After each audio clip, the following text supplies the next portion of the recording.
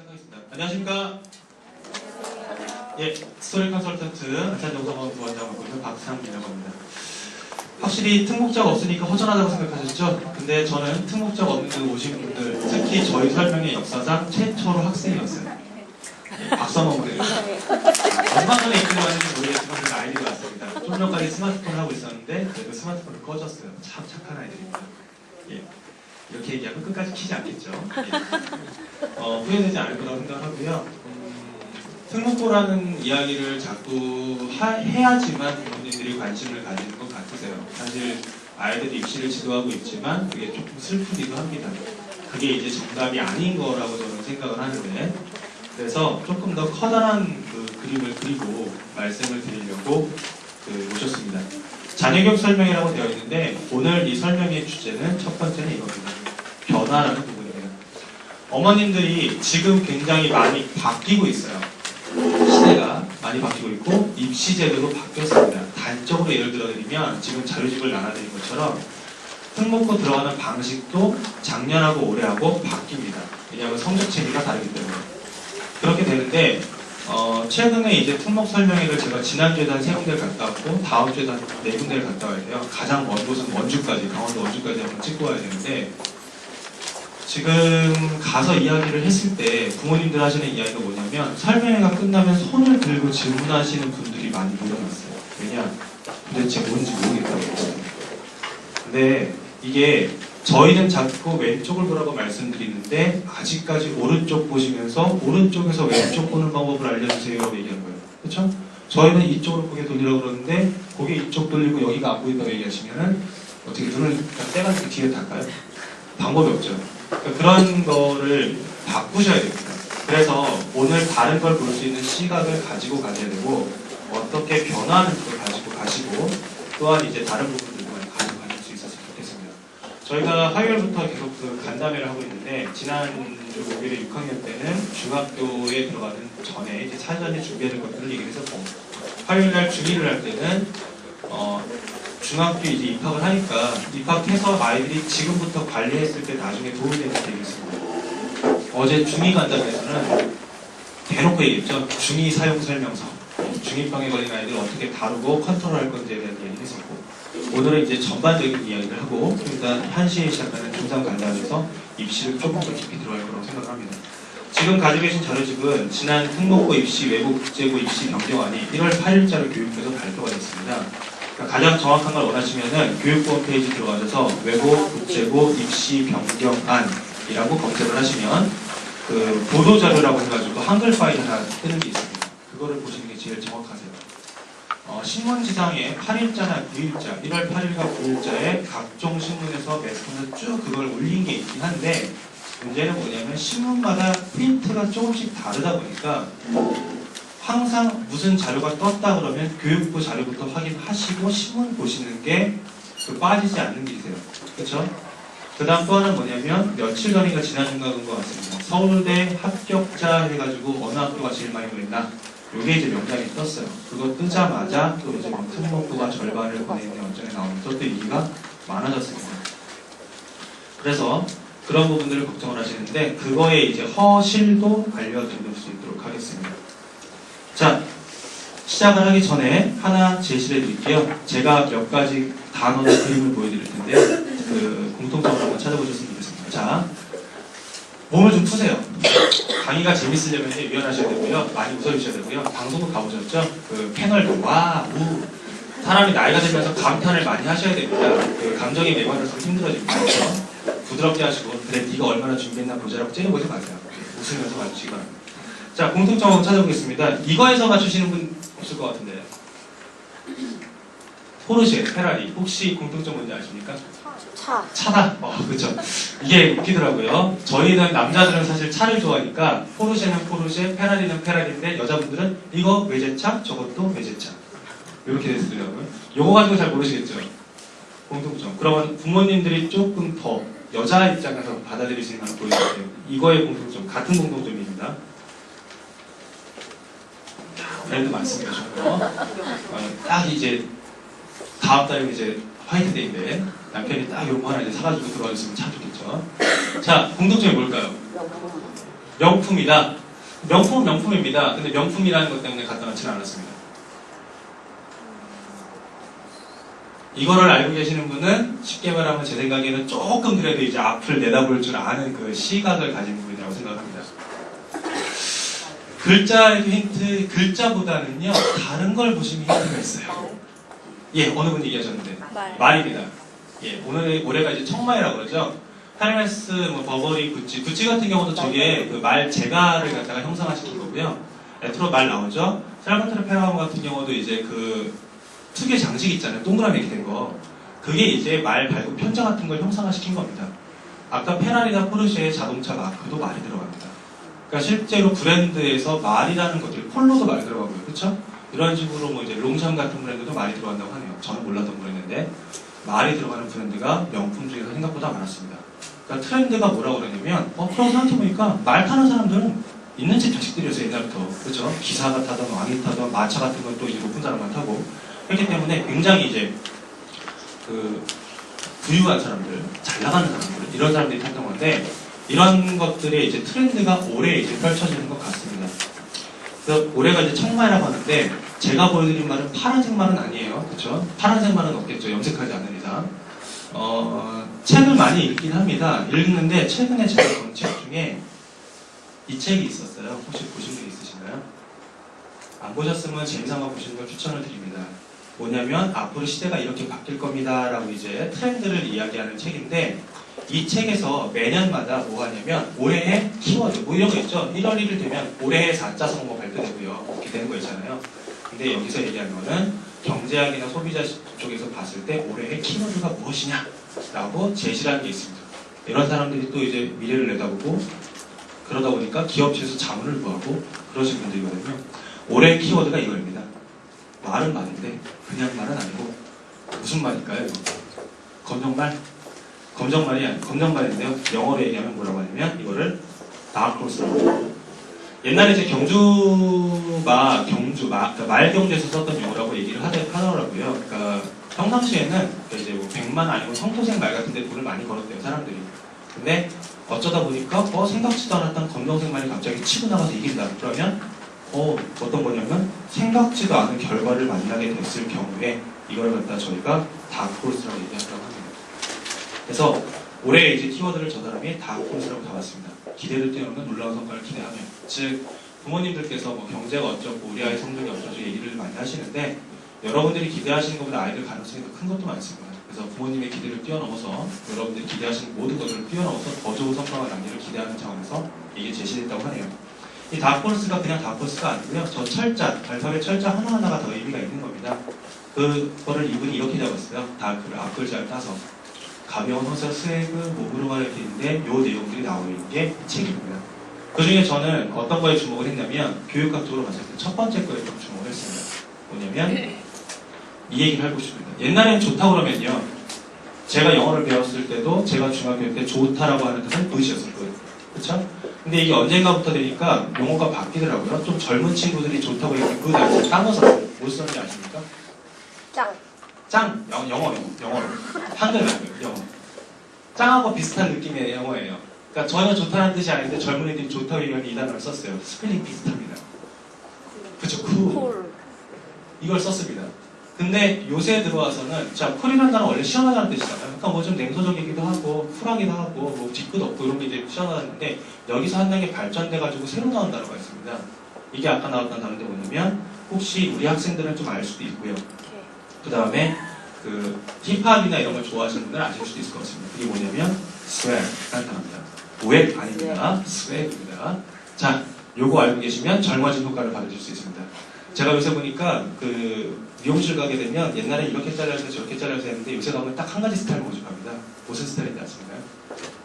어리게 보이게 잘라주세요. 요새 듣기 싫은 말이 뭐냐면 동안이라는 말을 듣기 싫습니다. 왜냐면 지금 서글퍼요. 왜? 난 이제 가짜로 얼굴이 어려 보이고 이제 진짜 어린 건 아니구나 라는 생각이 들어서. 근데 요거를 아시면 사실 아이들도 사실 이 단어 잘 많이 안 쓰거든요. 그러니까 진짜 트렌드 단어입니다. 요거 알고 계시면 굉장히 어려지신 거예요. 예.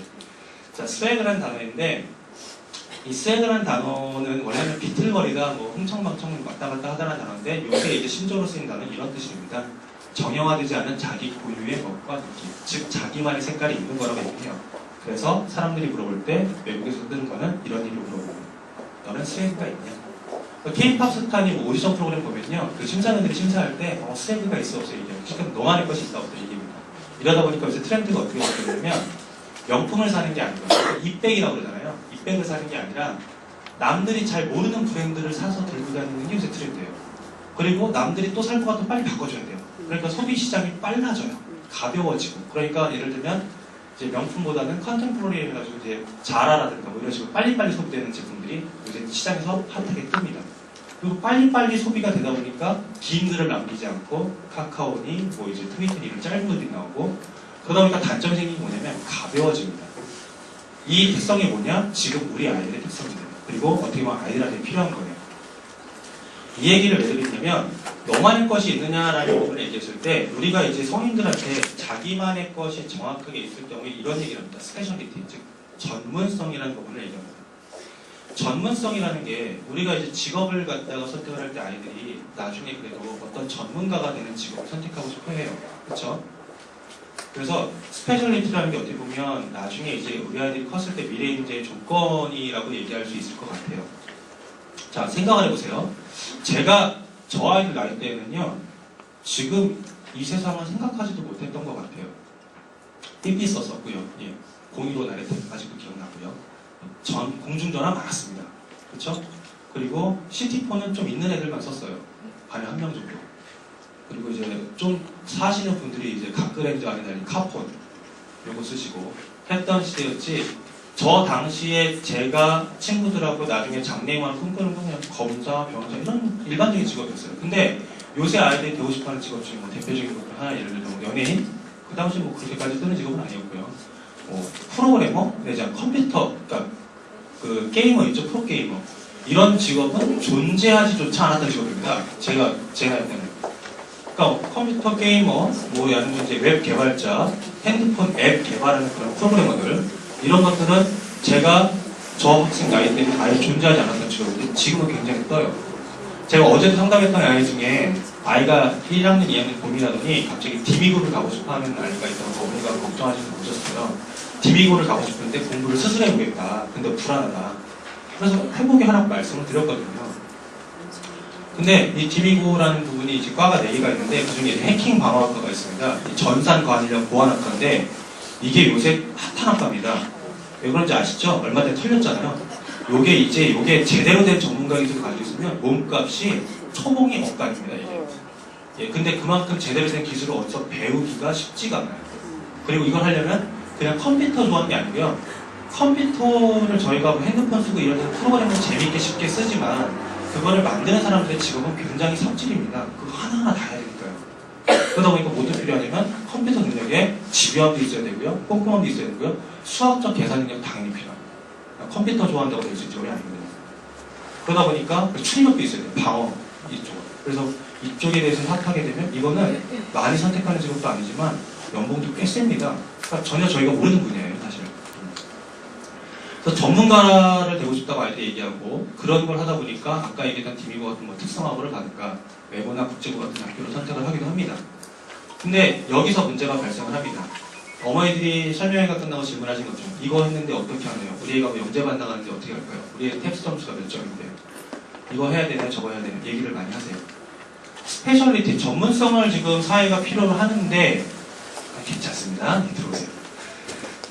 문제는 뭐냐면 전문가가 되고 싶어하는 아이들 대다수가 혹은 대학생들이 대다수가 뭐하고 있습니까? 전문가가 되는 이 관문을 통과하기 위해서 스페셜리티를 쌓는 것이 아니라 소위 말하는 스펙이라는 것을 쌓고 있습니다. 또 과연 스펙이라는 것이 이거는 앞으로 일하는 데 필요한 조건일까요? 지금 회사가 뭐를 보고 그 직원들을 뽑을까요? 그러면 나중에 우리 아이들이 커서 직장에 나가게 되는 10년, 15년 후에는 그때는 회사가 뭘 보고 이 아이들을 선발을 할까요? 제 생각에는 옛날에는 삼성전자 같은 경우에는 옛날에 입사시험 있었던 것 같아요. 그렇죠? 요새도 뭐 사트가 있긴 하지만 그 입사시험 있었는데 그게 어느 순간부터 면접으로 바뀌고요. 그렇죠? 영어도 토익 점수 내던 게 뭐 영어 인터뷰를 보고요. 요새는 면접도 심해져가지고 임직원하고 같이 뭐 등산하면서 면접을 한다든가 노래방 면접 이런 별 희귀한 면접도 다 있더라고요. 그리고 면접 봐서도 애들이 이제 천만이 안 되니까 아예 어떻게 합니까? 인턴으로 채용해서 데리고 다니면서 일 시켜보고 지켜본 다음에 그 다음에 채용을 합니다. 방법이 바뀌고 있습니다. 그럼 나중에 어떻게 될지 아무도 모릅니다. 이걸 갖다가 예측을 하실 수 있는 게 아이를 기르시는 데 좀 도움이 되는 건데 문제는 뭐냐면 스페셜리티 사람들은 스펙만 쌓고 계세요. 요새 대학생들의 8대 스펙이라고 들어보셨습니까? 얘네가 취직을 하는데 이게 필요하다고 하고 이걸 한대요. 얼마 전에 뉴스 봤더니 이 8대 스펙 쌓았는데 대학교 학자금만큼은 또 들어간답니다. 지금도 학자금 비싸서 반값 등록금이 2억원 내는데 1년에 1,000만 원 학자금에 스펙 쌓는 건 또 1,000만 원. 이거는 도대체 어떻게 생각합니까? 그렇죠? 이 스펙 보면요 가당치도 않습니다. 저는 제가 어떻게 보면 나이 먹은 게 참 축구이라고 생각해요. 자, 그래요. 학벌, 그럴 수 있어요. 학점, 그 학생이니까 당연하겠죠. 토익 점수, 영어 점수 많이 봅니다, 솔직히. 그렇죠? 근데 여기서 안 되고 제가 학교 다닐 땐 요 정도까지였던 것 같아요. 학벌, 학점, 토익 정도까지. 근데 이게 지금 어학연수 갔다 와야 돼요. 토익 점수 가지고 안 되니까 어학연수 갔다 와서 영어를 좀 잘해도 돼, 이래요. 그러니까 갔다 옵니다. 애들이 지금 대학교를 4년 만에 졸업하지 않고 어학연수가 없어 필수 코스입니다. 그 다음에 그렇게 되는데 뭐냐면 제가 알기로 제 한 5, 6년 선배들은 졸업할 때 졸업 논문이라는 걸 썼던 걸로 알고 있어요. 근데 저는 졸업 논문 안 썼거든요. 졸업 인증제라고 해가지고 뭐 영어 시험 몇 점 이상, 컴퓨터 자격증 뭐 해가지고 이렇게 제출하는 걸 제출하면 그걸로 대체를 했었어요. 왜냐면 사회에서 바뀌는 게 그거라서. 그러다 보니까 애들이 뭐합니까? 자격증 준비합니다. 근데 여기서 끝나는 게 아니라 이걸 했더니 다 똑같아. 그래서 애들이 뭘 하냐면 이제는 인성을 보여주겠다고 봉사도 스펙을 쌓고 있고요. 인턴은 필수적으로 해야 되고 있고요. 그 다음에 어디 공모전 나가서 상타느라 정신없습니다. 저희 여기서 이제 그 선생님들 도와주고 복사하고 이런 거 도와주는 그 조교가 있어요. 대학생이죠. 근데 이 친구 보면 경영학과에 참 열심히 삽니다. 근데 어떻게 사냐면 공모전 나가면 정신없어요. 뭐 나쁜 건 아닌데 공모전 나가서 상 탄다고 그거 가지고 무조건 뽑지는 않는다는 겁니다. 근데 우리는 스펙을 쌓고 있어요. 과연 스펙을 쌓으면 합격이 될까요? 저거 다 해도 합격 안 되는 사람이 수두룩한데요. 그럼 그 다음에는 뭐 9대 스펙, 10대 스펙, 20대 스펙 몇 개나 쌓아줄 겁니다. 저거 돈 엄청 많이 듭니다. 혼자 할 수 있는 거 없습니다. 저 중에 돈 안 드는 건 봉사활동 정도겠습니다.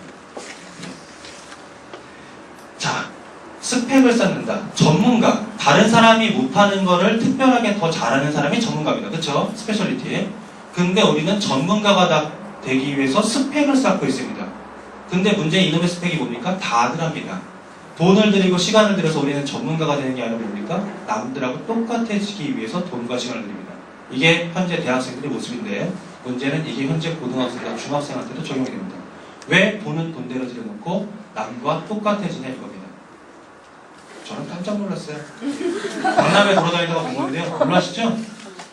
같은 사람 아닙니다. 다 다른 사람입니다.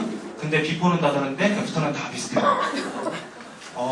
제가 이제 강남에서 왔다 갔다 하다가 제 와이프가 하는 얘기 듣고 우연치 않게 보고서 깜짝 놀랐는데 제가 이제 저 위에 이제 요게 이제 성형외과 이름이 써 있어요. 가렸거든요. 저 성형외과 별명이 거푸집 성형외과래요.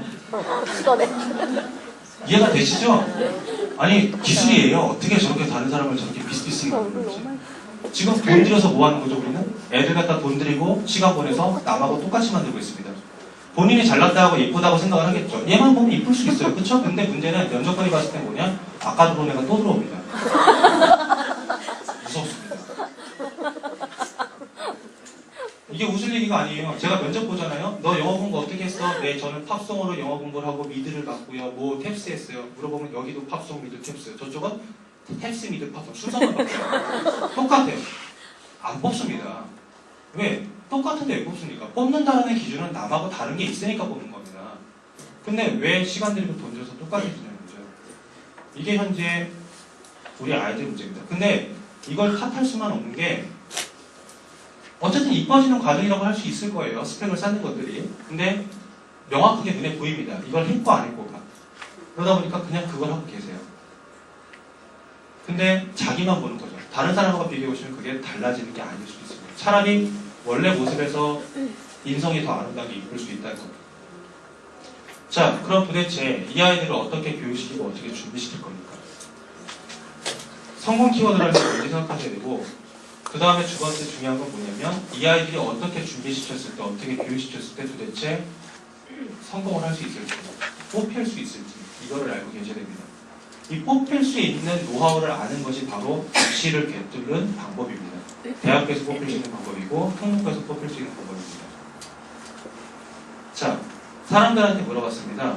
남자 직장인들, 이제는 회사원들한테 물어봤더니 성공하는 데 필요한 게 뭐냐? 라고 물어봤어요. 직장 열심히 하는 친구들한테. 성공하는 데 필요한 게 뭐인 것 같으세요, 어머니? 아까 같은 그 스펙이 아니라고 한다면. 뭐가 필요할까요? 한번 자유롭게 얘기해볼까요? 인성. 인성. 그쵸, 인성 필요합니다. 또 줄타기, 인맥, 인내도 필요하고요. 그쵸? 막 필요한데 이것들을 다 해가지고 사람들이 요새 이제 재밌는 방식이 있어요. 사람들이 많이 얘기하면 글자가 크게 나오고요. 조금 얘기하면 글자 작게 나오고 정리했거든요. 봤더니 이렇게 나오더라고요. 눈치, 이렇게 나오고. 보세요. 성공, 인맥, 타이밍, 예쁘다 여기 있고요. 그쵸? 예의, 끈기, 여기 있네. 줄타기, 열정, 융통성, 잘해야, 줄잘서기, 인정, 디귿도 성취감, 아부와 라인업으로, 비굴함 지수. 별게 다 나옵니다. 근데 과연 저게 성공하는 방법일까요? 노력이 그래도 크게 되어 있다는 게 다행이라고 생각하지만 노력다움으로 눈에 보이는 글자들이 눈치나 아부나 인맥이라는 것까지 보인다는 게 조금 안타깝습니다. 문제는 뭐냐? 대다수가 위에 있는 사람들, 소위 말해서 선발하고자 하는 선발 집단의 면접관들은 왼쪽을 보고 있는데 대다수 사람들은 다른 데를 보고 있습니다. 제가 그 자소서를 수정을 해주는 역할을 하잖아요. 제가 아까 말씀드린 스토리 컨설턴트라고 말씀드렸는데 스토리를 붙여줍니다. 어떻게 그 아이의 스토리가 더 효과적으로 나올지 얘기를 하고 얘기해서 대화해서 끌어내줍니다. 근데 이걸 아이만 하는 게 아니라 하다 보니까 어떤 의뢰를 받냐면 그 신입사원 들어가는 친구들 있잖아요. 제 후배들이나 와이프 동기 후배들이나 하는 사람들이 저한테 부탁을 해가지고 그걸 봐준 경우가 있어요.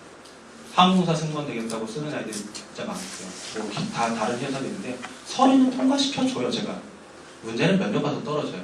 근데 그걸 제가 예상을 해요. 얘기합니다. 일단 서류는 몇 개 있는데 나머지는 모르겠다.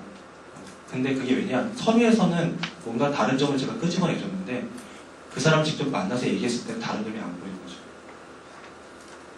이게 문제입니다. 자, 그러면 소위 성공하는 사람들, 그 사람들은 뭘 얘기하느냐? 이상하게요. 이걸 찾아보기 위해서 성공하는 사람들 이야기를 많이 들어봤습니다. 우리나라 참 요새 좋아서 좋은 강연이 많습니다. 세바시도 있고요. 300명 계좌 있죠. 테드도 있고요. 낙금소도 있고요. 그리고 각종 지자체나 여기서 저기서 하는 청소년이나 그 백수들을 대상으로 하는 강연도 굉장히 종류가 많아요. 다 들어봤어요. 소위 유명하고 잘 나간 사람들이 여러분 이렇게 하십시오. 청춘에 이렇게 하세요. 이라고 얘기하는데 웃긴 건 뭐냐면 여러분 청춘들이요. 어학연수 갔다 오세요. 소위 말해서 아까 그 스펙 쌓으세요 라고 하신 분 한 명도 없고 오히려 이렇게 얘기합니다. 방황하세요. 들어보셨을 거예요. 그렇죠? 방황하라고 얘기하더라고요. 심지어 그 김미영 원장 아십니까? 아트 스피치. 작년에 문제 일으켜서 잠수 탔다가 얼마 전에 새로 딱 나오셨는데 그분 얘기가 그 얘기입니다. 그분 얘기 중에 제가 좋아하는 얘기가 뭐냐면 알람 시계를 끄세요. 자, 이렇게 해보세요. 여기 손가락 해보시고 여기에 이제 건전지 사이즈예요. 여기 있는 건전지를 딱 빼는 겁니다. 사회적 알람을 끈다라고 얘기하세요. 그분이. 뭐냐? 우리는 자기도 모르게 7살 되면 5살 되면 유치원 가고 8살 되면 초등학교 가야 되고 몇 살 되면 중학교 가고 몇 살 되면 대학교 가고 몇 살 되면 취직해야 되고 몇 살 되면 군대 가고 몇 살 되면 결혼하고 몇 살 되면 뭐 하고 언제는 집 사고 정해져 있습니다. 그때 그걸 안 하면 난리가 나는 것처럼 주변에서 너 왜 안 해? 라고 얘기를 하죠. 사람마다 그게 다르다는 얘기를 하세요. 그러면서 자기 기준에 맞춰서 가야 돼요. 그러니까 방황하라는 얘기를 많이 하더라고요. 성공한 사람들 오히려 그들은 오히려 우리한테 방황하라고 얘기하는데 우리는 방황하지 않기 위해서 스펙을 쌓고 남들과 똑같아지고 있어요. 이게 문제죠.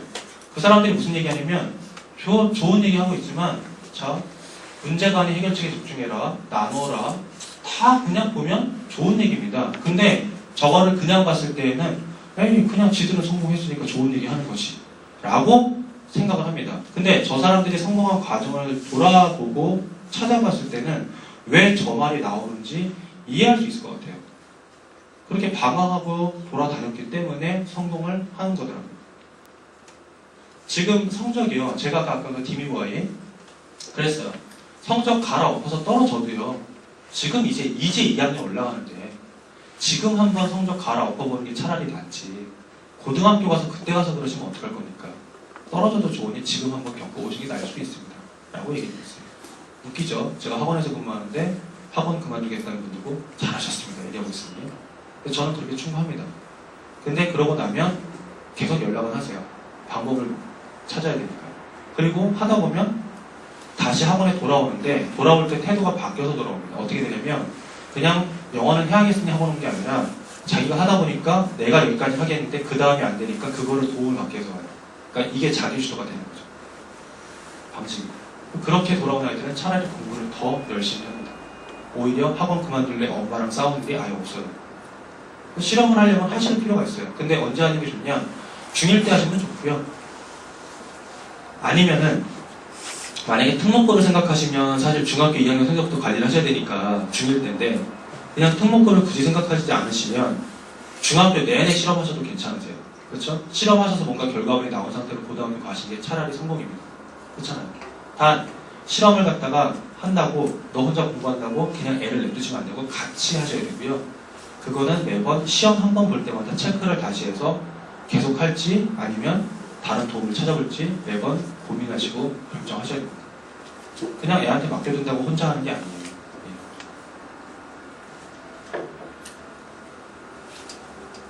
자, 우리가 이제 성공하는 사람들한테 많은 요소들을 보지만 열정, 창의, 소통이라는 말들이 요새 키워드가 되고 있는 단어들입니다. 융합이라는 말이 요새 많이 뜨죠. 융합이라는 게 이것저것 섞어서 하나로 만드는 거잖아요.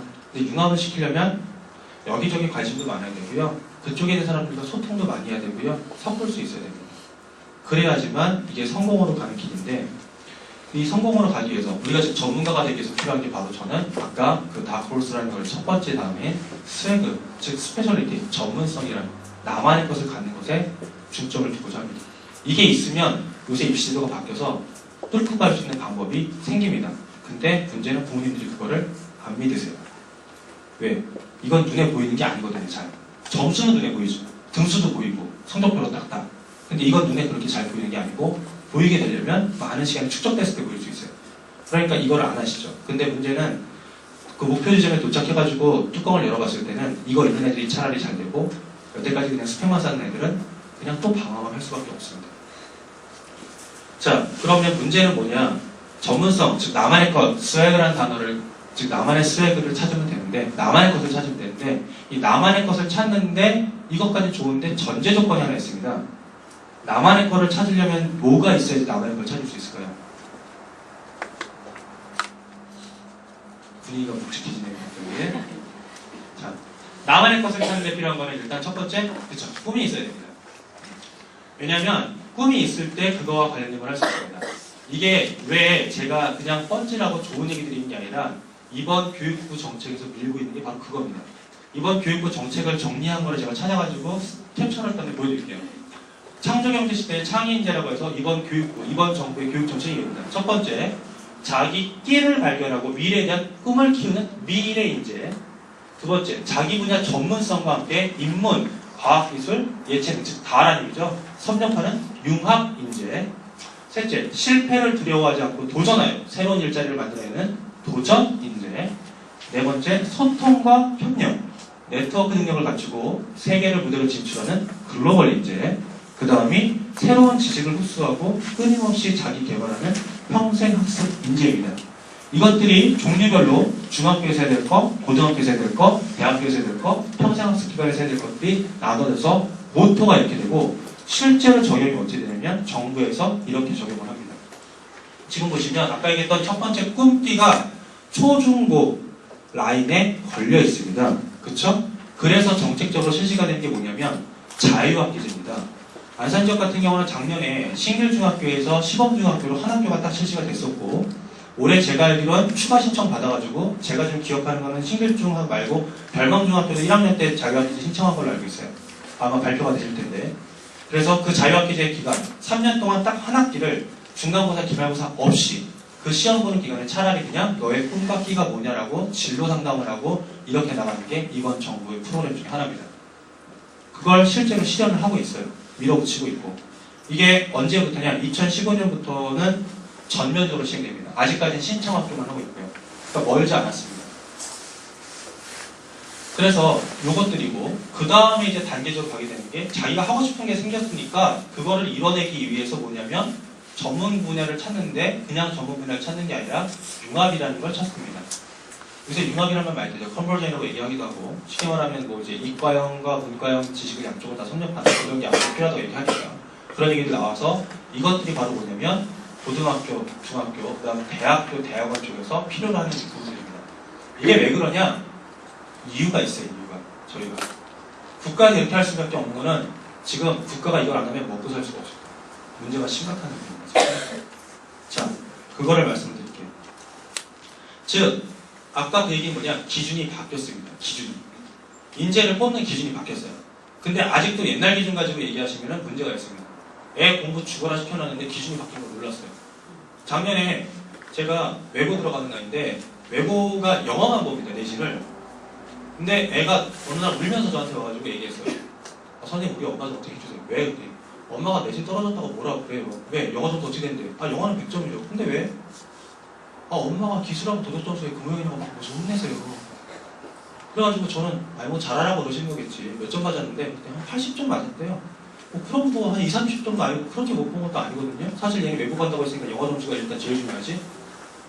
그 어머니한테 통화를 했더니 어머니는 뭐라고 알고 계시냐면 어머 안 들어가요? 전화 못 들어가는 거 아니었어요? 애가 중3인데 입시가 2달 남았는데 이러면 심각합니다. 근데 남일 같으시죠? 지금 혹시 수능 정책, 이 교육 정책 어떻게 바뀌는지 알고 계십니까? 여기서 이제 문제가 발생합니다. 저희가 관심을 가지고 트렌드를 볼 필요가 있습니다. 그걸 일단 제가 설명을 드릴게요. 기준을 좀 살펴보겠습니다. 커다란 기준부터 가겠습니다. 왜? 대학교나 고등학교의 기준이 바뀌는 건요, 사회가 요구하기 때문에 바뀝니다. 그렇죠? 그러면 더 큰 거에서 맨 마지막 단계에서 선발하는 집단을 한번 봅시다. 맨 마지막 단계 선발 집단이 누굴까요? 회사일 겁니다. 회사. 그렇죠? 회사에서 요새 인재를 어떻게 뽑는지 한번 볼게요.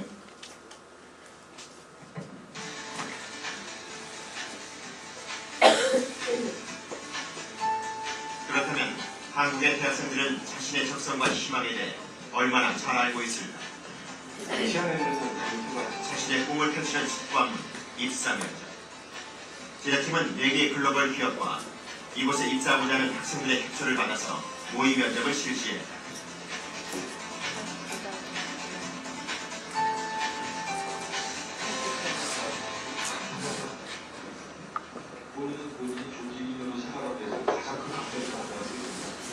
저 자신의 스트레스를 주면서 계속 확인하고 이런 높아심이 있는데 이런 업무에 있어서 무결점 업무를 강조하고 있습니다. 쟤네요 명문대 애들입니다. 그냥 아무 대학도 많이 가요. 제 자기소개는 하나 없어요.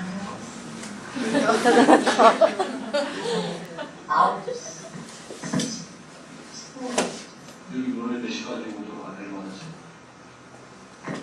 9시간.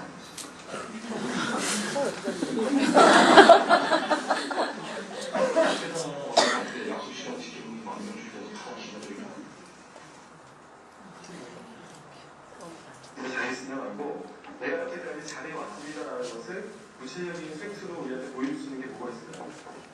모든 그런 기업 직무 분야를 하는 제 다른 경험을 받습니다. 그러니까 지금 들어왔다 보면 뭘 하는지 구체적으로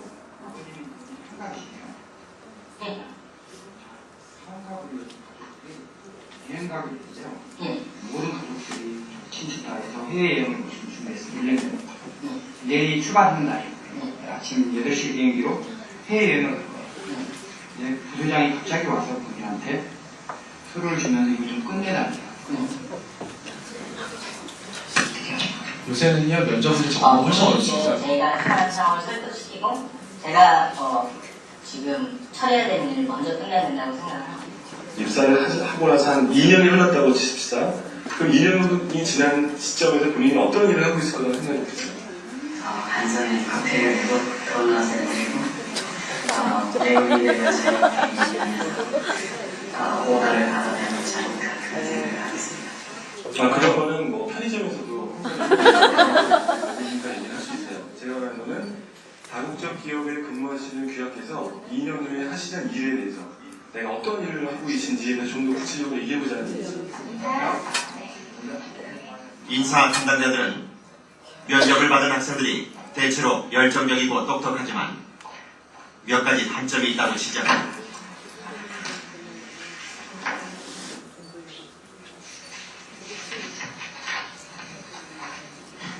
선생님으로 퇴임하신 양가 할아버지 아직 학생 치고 아버지까지 이런 것들은 지금 짧은 근내에 제한된 시간 내에 이 친구의 그 이력서를 읽고 판단해내는 인사관장한테 별볼일은 불필요한 경우가요. 그러니까 내가 이런 사람이 하고 싶은 일이 이건데 너희 회사에 들어가는 일하면 이런 것들을 기회해 줄 수 있어. 그렇기 때문에 나를 이번에 뽑아줘야 돼.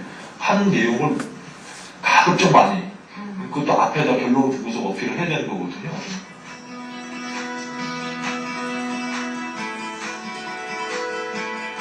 지목하신 분이 구체적으로 회사에서 어느 부분에서 어떠한 일을 하고 싶어 하는지에 대한 관심을 표하는 게 전혀 없고요.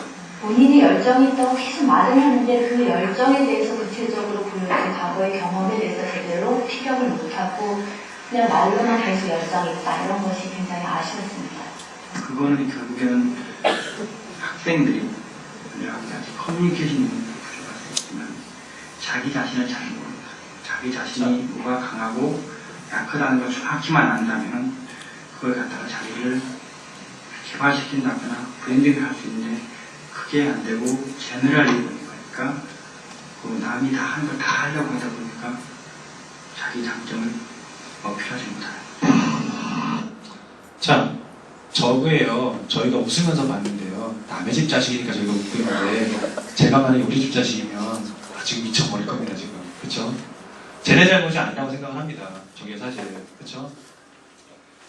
저 마지막에 본인이 무엇을 하는지 잘 모른다고 얘기하는데 실제로 작년에 이제 면접 본 학생 중에 그 본인 장래 희망으로 그 정신과 의사라고 적었던 학생이 있었어요. 예, 그래서 특목고를 면접을 갔습니다. 갔는데 나름 이유는 좀 찾아놨어요. 왜냐면 너 왜 정신과 의사가 오셨냐 그랬더니 의사나 의학 분야에 관심이 있었는데 우연하게 영화를 보다 보니까 패치 아담스라는 영화에서 패치 아담스라는 사람이 의사의 가운을 벗어던지고 정신병을 치료해주기 위해서 피해로 분장을 하면서 환자들과 뒹구는 모습이 권위를 벗어던지고 환자에게 다가가는 그 모습이 좋아 보여서 난 그런 사람 같은 정신과 의사가 되고 싶습니다. 라고 얘기했어요. 그 패치 아담스라는 영화는 옛날 영화로 로빈 윌리엄스가 주연을 했고 실제 주인공 이야기입니다. 병원도 실제로 미국에 있고요. 근데 그렇게 얘기까지는 좋았는데 안타깝게도 이 학생한테 처음 나온 질문이 뭐였냐면 너 정신과 의사가 꿈이니? 근데 정신과 의사는 분야가 뭐 신경 모모시기하고 뭐 정신 모모로 나눠지는데 넌 그 중에 뭐 할 거야? 거기서 막혔어요. 첫 번째 질문에. 그러니까 뒤에 다 밀려서 그냥 애가 멘탈이 무너지니까 다 망해버렸죠. 떨어졌을 거예요. 그다음 울면서 저한테 이제 면접 망쳤다고 연락이 왔어요. 네. 이게 문제입니다. 그러니까 본인이 좀 관심을 가져야 돼요. 자, 그럼 회사에서 저런 걸 저렇게 본답니다. 그러면 대학교는 어떻게 됐을까요? 자, 대학교를 한번 보겠습니다. 현 정부에서 대학교 입시방을 좀 줄이겠다고 얘기를 해서 좀 줄었습니다. 몇 번 보신 분들 있을 텐데 좀 정리해드릴게요. 첫 번째 교과입니다. 내신 공부 잘해서 대학교 가는 겁니다. 자, 이런 거 하면 이런 질문 꼭 여쭤봅니다. 저거 특목고가 필요할까요? 일반고가 필요할까요? 내신으로 대학 가는 거고. 일반고죠, 그죠? 특목고는 워낙에 내신 따기 힘드니까. 두 번째 종합이라는 게 있습니다. 똑같은 학생인데 교과와 종합의 차이는 뭐냐면 교과는 내신만 가고요. 종합은 성적 플러스 동아리, 봉사활동, 독서, 기타 등등 다 보는 겁니다.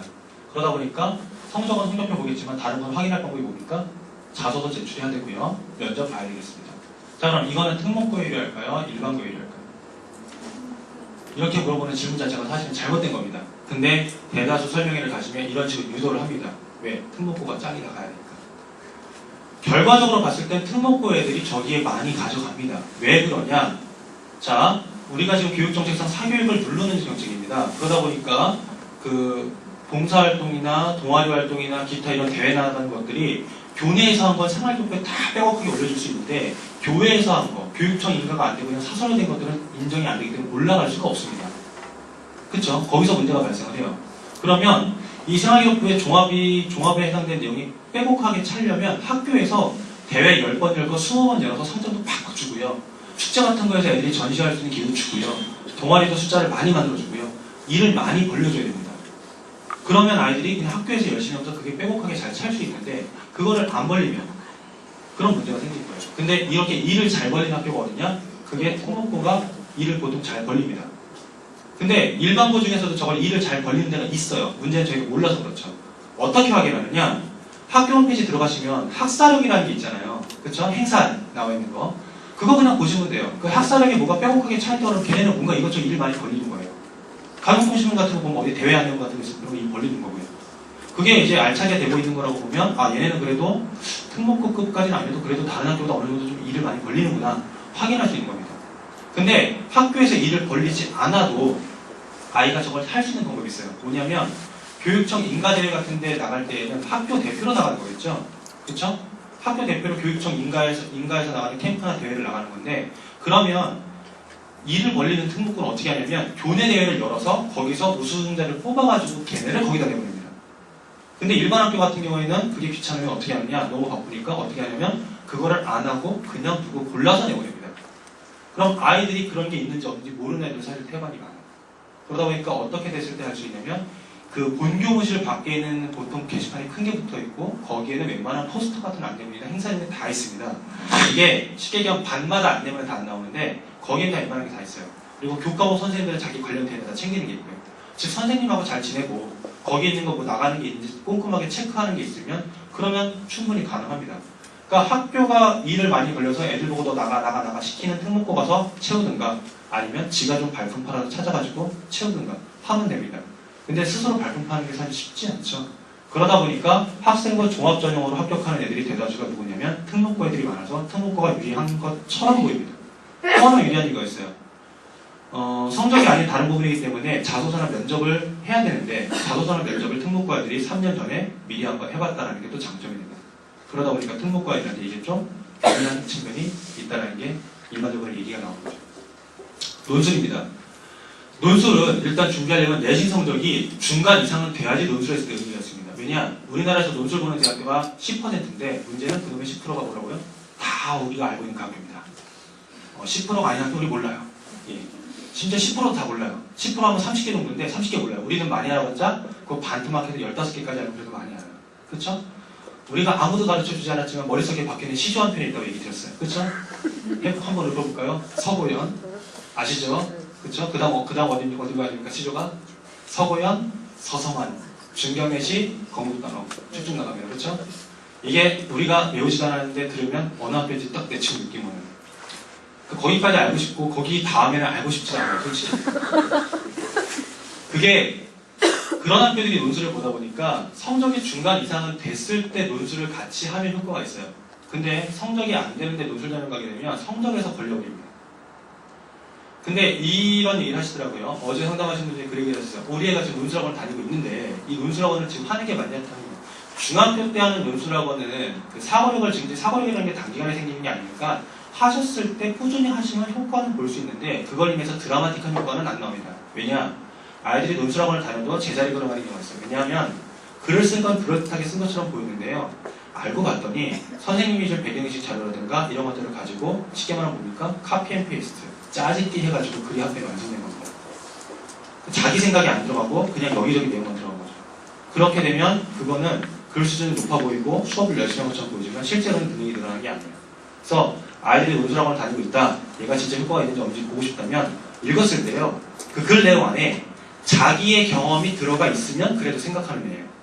근데 자기 경험이 한 줄도 없이 그냥 이렇게 좋은 얘기만 써 있으면 그거는 조금 걱정해봐야 돼요. 그거는 이제 효과가 그렇게 많이 없어요. 그리고 또 하나, 인문계 논술은 저희가 생각하는 그런 논술이 맞는데요. 이과 논술, 자연계 논술은 저희가 생각하는 그런 논술이 아닙니다. 제가 생각할 때 논술하면 서론, 본론, 결론 써야 되고 이런 게 논술이라고 생각을 하는데 자연계 논술은 뭐냐면 그냥 문제 하나 주고요. 검증해야 됩니다. 그냥 수학 주관식 문제예요. 이거는 그럼 뭡니까? 논술학원 가서 할 수 있는 게 아니라 그냥 수학학원 가서 서술형 문제 푸는 법을 열심히 깔끔하게 했을 때 대비가 되는 부분입니다. 그렇죠? 그것도 이제 단순 암기식 수학은 안 될 거고 좀 수학 문제가 좀 생각하는 문제들이 나올 수 있는 창의 수학이나 융합 수학 같은 거 하는 데 가서 했을 때 대비가 되는 부분이거든요. 그래서 저희가 생각하는 논술하고 좀 다르다는 걸 인식을 하셔야 돼요. 논술 문제 궁금하시면요. 서울대나 연대나 고대 홈페이지 들어가시면 각 학교 논술 문제 다 공개합니다. 단 최저 기준은 공개 안 해요. 예, 원래 공개하게 되는데 그건 공개 안 하죠. 그러니까 논술 문제만 공개를 해요. 보는 순간 머리 아픕니다. 한번 보시길. 제가 안 갔다 온 이유가 있어요. 봐봤자 머리 아파요 지금. 그래서 그 다음 실기특기가 있습니다. 실기특기 예체능. 여기서 당연히 실기 보고요. 이거는 솔직히 말해서 100% 특목고입니다. 왜냐하면 외국어 특기 자전형, 외국어 들 거고요. 과학 특기 자전형, 이거 과학 거입니다. 그러니까 인원수가 정부에서 줄이라고 얘기하죠. 그래서 줄였어요. 근데 특목고가 있대요. 특목고를 미한 전형이에요. 그러다 보니까 연구대 같은 학교는 이거의 명수가 어느 정도 배치가 되는데 밑에 다른 학교 같은 경우는 이쪽 부분에 배치가 크게 되는 게 그렇게 없습니다. 그 다음 정시는 일단 수능 국어입니다. 자, 우리가 보통 수능에서 국, 영, 수 세 과목이 평균 2등급이 나오면 인서울 하는데 문제가 없다는 게 일반적인 그 얘기입니다. 특목고가 유리하든 일반고가 유리하든 아닌데 인서울 수치를 봤을 때 예를 들면 경계고 같은 경우는 평균 2등급이 학생의 몇 %가 평균 2등급이냐면 85%? 예. 나머지 15%가 3등급인 거예요. 예, 걔네는 그냥. 그러니까 85%가 인서울을 할 수 있는 건데 문제는 걔네가 인서울하는 걸 말하는 게 아니라 서울대만 말하죠. 그러다 보니까 재수를 많이 한 겁니다. 그럼 일반 고등학교 몇 프로 되니까 한 2% 나오면 잘 나올까요? 동사무가 한 35% 나옵니다. 동사무가. 그러니까 경계고가 좀 많이 나오는 거고요. 외고 중에서도 그레이드가 좀 달라서 외고 중에서도 퍼센테이지가 40%, 50% 나오는 학교 있거든요. 거기랑 비슷한 게 동사고 수치입니다. 동사고도 한 50%에서 왔다 갔다 하는데 매년 좀 다르긴 하지만 그래서 이제 동사고도 날린 학교고 네. 일반 고등학교에서는 전교 1등인데 올 1등급이 안 나오는 학교도 솔직히 있습니다. 그 다음 정시형 당연히 실기 특기 보겠죠. 그러면 이거를 설명해 가셔서 대신 뭐라고 얘기하냐면 자 어머니 생각해 보십시오. 이거 누가 얘기하죠? 일반고요. 이거요? 특목고. 그럼 뭡니까? 특목고가 아니면 죽어야 되나요? 이렇게 착각을 하시는 부분이 생긴다는 거예요. 근데 그게 아니라는 겁니다. 특목고를 가시면 거기 맞춰서 가시면 되고요. 특목고를 안 갔을 경우에는 이게 입시가 어떤 건지 알고 거기에 맞춰서 하시면 돼요. 예. 우리가 성적한 중간 됐어요. 중간 이상 됐어요. 논술 좀 할 줄 알아. 그럼 이거 하면 되고요. 우리에게 일반고 갔어. 근데 얘가 성적이 그렇게 높진 않아. 그럼 성적 가지고 주어 올리는 게 아니라 차라리 이쪽에서 애의 특성을 보여줄 만한 수혜들을 찾아가지고 해주면 되는 거예요. 방법은 그거밖에 없습니다. 왜 그러냐면, 자, 보세요. 일단 우리나라는 새 학교의 그 입시 배정을 안 볼 수가 없는데,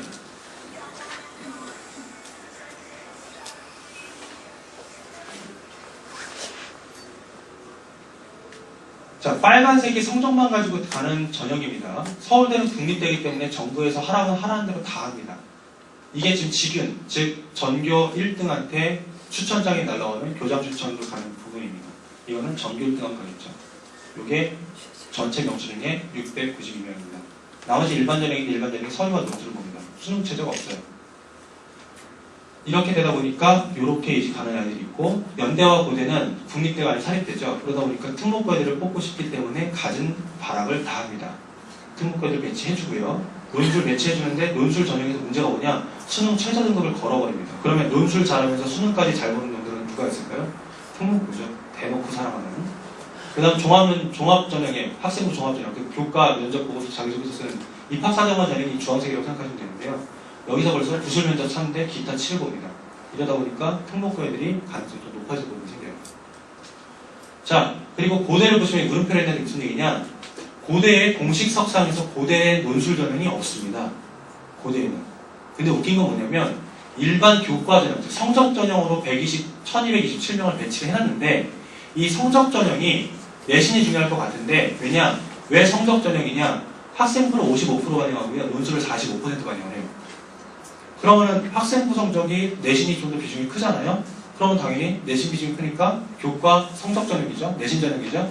내신 전형인데 문제는 저 내신을 1등하고 한 전기 200등하고 차이를 한 1.2점밖에 안 줘요. 근데 논술에서는 차이가 1등과 꼴찌가 저도 확 나는 거예요. 그러니까 퍼센테이지는 논술이 낮지만 실제적으로는 합격하고 불합격하고는 논술 등까지 결정돼요. 그러니까 공식적으로 정부 애들은 야 우리 네가 시키는 대로 성적했어. 논술 안 했어.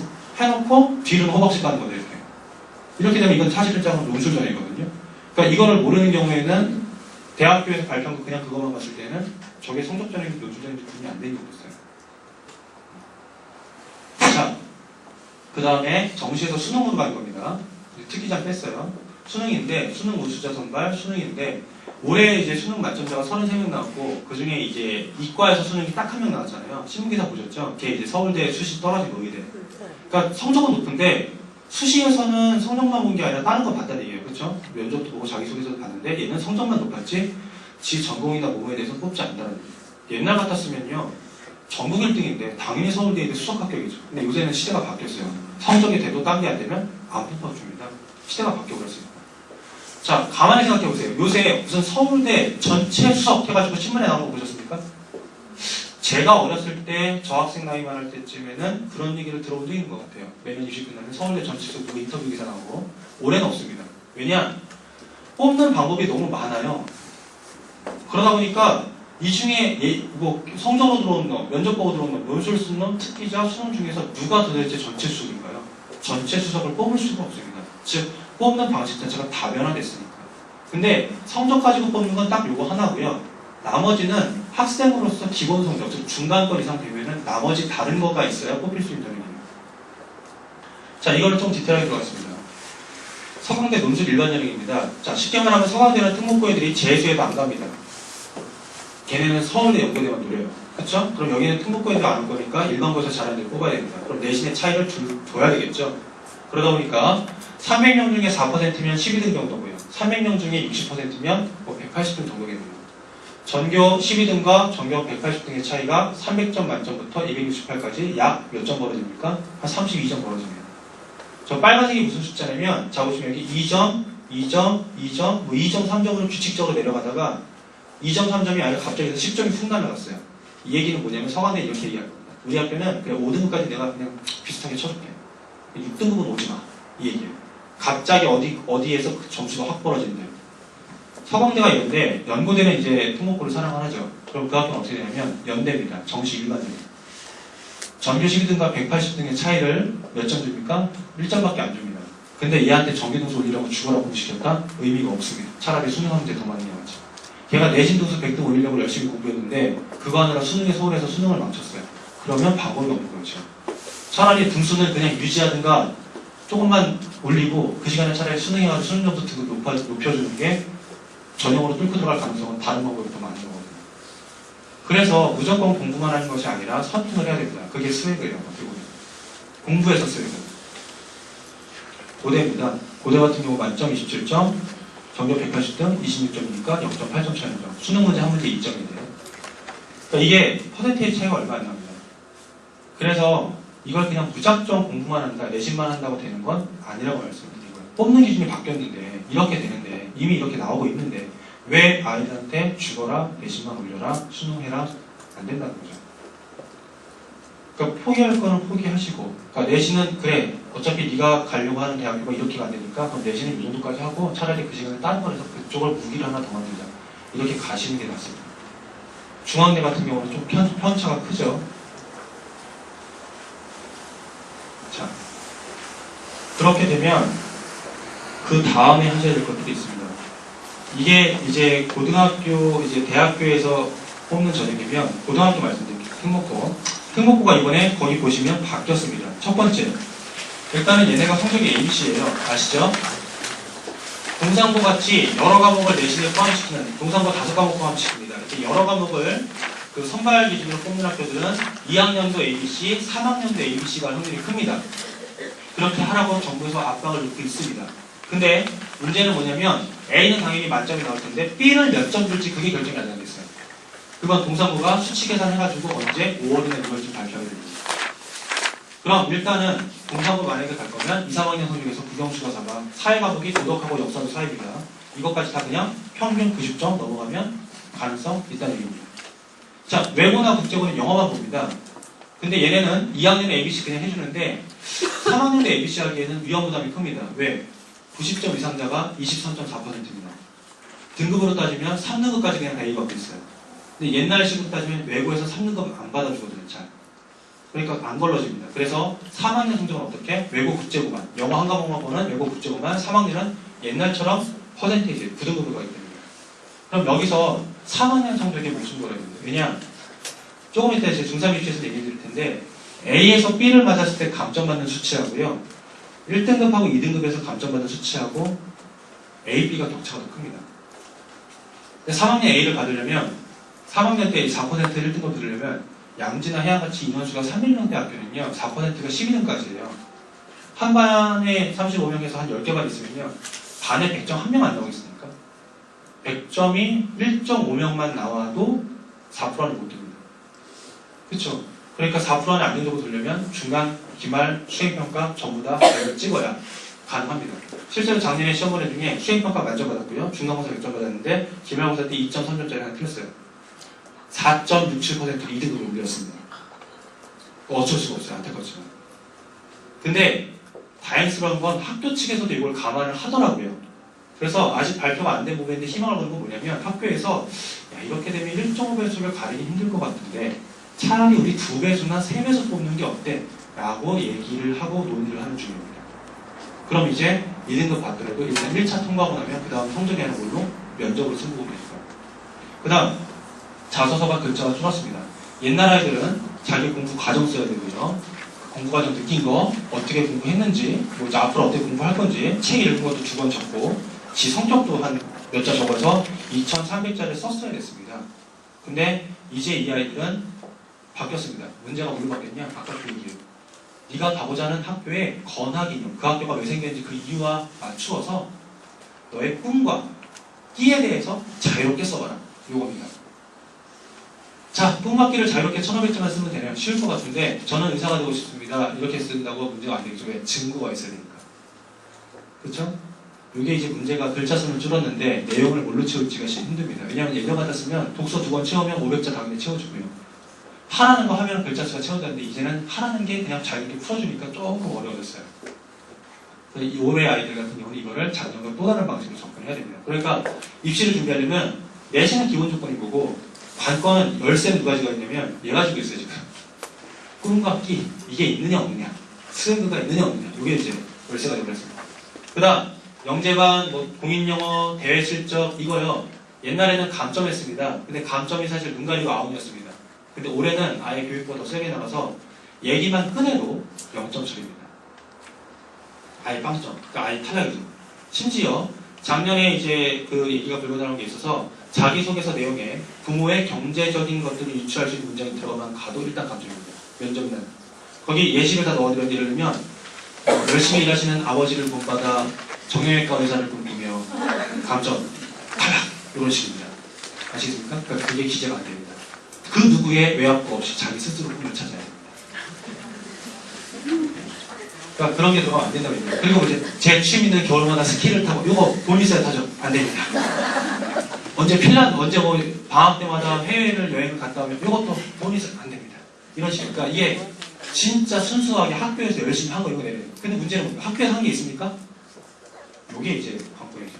학교에서 뭘 하는지 우리가 들여다보고 학교에서 하는 걸 찾아서 잘할 수 있게 관리를 해주는 게 이제 앞으로 필요합니다. 중3은 어떻게 보면 쉬워요. 왜? 아무도 몰랐다가 갑자기 올해 1년만 하니까 올해 1년만 다들 열심히 할 거예요. 근데 중1이 힘들어요. 왜? 중1은 이제 아시는 분들은 중1 때부터 벌써 관리가 들어갈 거고 그렇죠? 모르시는 분들은 나중에 관리할 텐데 3년을 관리하는 아이와 나중에 막판에 관리하는 아이는 차별이 나겠죠. 그래서 저희도 그걸 걱정을 하는 거고 그래서 이런 거 쓰면 아예 빵점 처리되고 예신다도 어떻게 보시면 되고 좀 더 자세한 얘기 원하시면 좀 상황 설명해 드리시면 됩니다. 실제로 작년에도 면접이 끝나고 면접 담당자들을 인터뷰를 했더니 이런 얘기를 합니다. 즉 뭐냐 면접이 중요하다. 면접이 중요하다는 얘기를 면접 담당자들이 직접 합니다. 실제로 동산부가 컷라인을 정확히 발표하진 않았는데 아이들 편의 얘기를 들으면 선생님 저희 학교에 250 만점에 240 떨어졌어요. 들었거든요. 재작년에 동산부 커트라인이 몇 점이었냐면 지역구수 안산 지역 애들의 평균 그 커트라인이 233.8인가 그랬어요. 그럼 234, 35, 36 다 붙어야 되는 거잖아요. 근데 올해 지역구수자 중에 선생님 우리 학교 240 떨어졌을 거예요. 그러면 어떻게 올라갔다는 얘기예요. 근데 웃긴 건 동산부 경쟁률이 늘어나지 않았거든요. 근데 저희 애들 중에 238인데 붙은 애가 있어요. 웃긴 거는 내가 볼 때 걔가 면접을 갔다가 굉장히 말을 잘하는 애가 붙어갔더라고요. 실전에 강한지. 그러니까 면접이 갔거든요. 국제고 들어가는데요. 3명이 국제고 3명 들어갔거든요. 그러니까 3명이 합격을 했는데 같이 들어가냐 5명 썼는데 그 중에 3명이 2개 1등급, 2개 2등급에서 1, 2로 3명의 등급이 똑같았어요. 한 명 붙고요. 나머지 2명 떨어졌어요. 차이가 어디냐? 한 명은 지가 하고 싶은 게 굉장히 정확하게 디테일하게 얘기할 수 있고 2명은 그냥 약간 두리뭉실 떨어져요. 경기고 중국어과 썼는데 등급 1, 2로 똑같았어요. 지금 정확하게 얘기하고 학교 회장하고 해가지고 그걸 증거로 드린 애는 붙었고요. 없었던 애는 떨어졌어요. 제가 상담하다 보면 성적이 높은데 그런 애들이 있어요. 귀찮아서 그냥 별로 나대고 싶지 않아서 반장 같은 거 안 하는 아이 있거든요. 근데 해야 됩니다. 하셔야 돼요. 소위 말해서 그런 학교를 리더 뽑는 학교인데 리더 뽑는 학교인데 리더 역할을 하기 싫어하는 아이 뽑아주겠습니까? 그래서 할 수 있으면 해보는 게 좋습니다. 면접 담당자들이 이렇게 얘기를 합니다. 성적 중요한, 성적보다 일단은 면접이 대세다. 자, 초등학교 때부터 풍부한 독서와 발표 훈련을 해요. 자, 이런 얘기 하죠. 그래서 꿈이라는 게 제일 필요합니다. 근데 여기에 뭐 아까 이걸 갖다가 학교에서 요구하는 형식을 바꾸면 꿈과 뜁니다. 근데 저한테 그런 거 물어보세요. 우리 애가 가면 할까요? 못할까요? 거기다 하나 더 추가합니다. 제가 했던 키워드 뭐냐면 깡이 있어야 됩니다. 왜냐? 생전 못 받아본 성적을 받을 텐데 그래도 굴하지 않고 나갈 수 있는 악바리 같은 깡은 좀 있어줘야 가서 그냥 재밌게 잘 다닙니다. 근데 그거 가지고 스트레스 받으면요 자퇴하고 나와요. 실제로 제가 합격시킨 애들 중에서도 일반 학교로 자퇴하고 나온 애들도 있습니다. 물론 그 아이는 초반에 이제 몸이 좀 아파가지고 학교를 좀 장기 이제 변결을 하다가 갔더니 그 사이에 벌써 애들 실력이 벌어지니까 스트레스 너무 많이 받는 거예요. 그래서 나왔어요. 고작을 봤는데 그래서 그런 이 세 가지가 필요하십니다. 아이마다 달라요. 꿈도 있고 끼도 있고 깡도 있다. 그럼 가면 좋죠. 근데 저 중에 한 가지가 없다. 근데 그걸 지금 해줄 수 있다. 그러면 해보는 건데 안 된다. 그러면 힘들어요. 아이가 가고 싶어야 가는 거고. 자, 그러면 꿈과 끼와 깡이라고 했을 때 이 아이들의 미래인지 필수 조건이 무엇이냐? 첫 번째, 창의성입니다. 아까 내가 말씀드렸던 거. 이게 우리나라 국가 산업의 문제입니다. 왜냐? 옛날에는요, 삼성전자 전 세계 1등이 아니었습니다. 그렇죠? 쫓아가는 됐어요. 그 당시 1등이었던 소니 같은 회사들이 뭐 하는지 그거 보고 따라하는 됐어요. 그러면 히트치고 기술 개발하고. 근데 그렇게 하다 보니까 어느 순간 이제 1등이 되어버렸어요. 쫓아갈 사람이 없어요. 컨텐츠가 없어요. 그럼 어떻게 됩니까?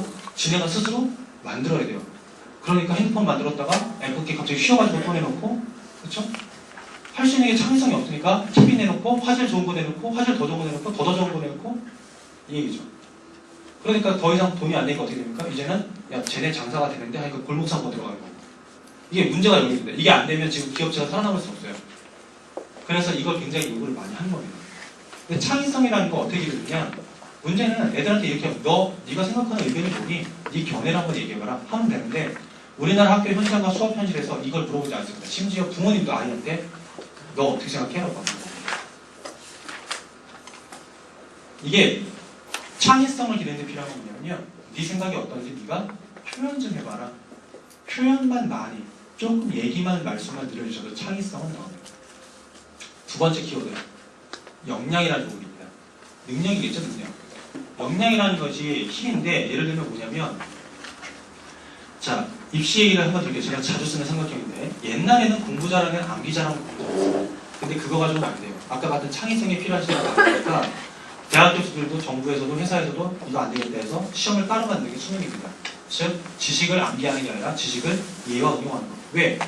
옛날에는 지식을 정확하게 암기하는 게 좋았던 거고 필요했었습니다. 근데 요새는 모르는 거 있으면 어떡하세요? 손바닥에서 바로 찾으시잖아요. 이제는 지식을 어디서든 바로 접근할 수 있습니다. 그러니까 암기할 필요가 없어요. 그걸 잘 써보는 게 중요한 거죠. 그래서 이해력과 응용하기 필요한 식으로 바뀌었습니다. 근데 이걸 어떻게 해야 될까 이제? 표현까지 해야 되는 거 바뀌었습니다. 앞으로 필요한 건 그럼 뭐냐? 지식을 잘 이해하고 응용하고 표현하는 게 중요한 건데 자, 이 아이들이 수능시험에서요.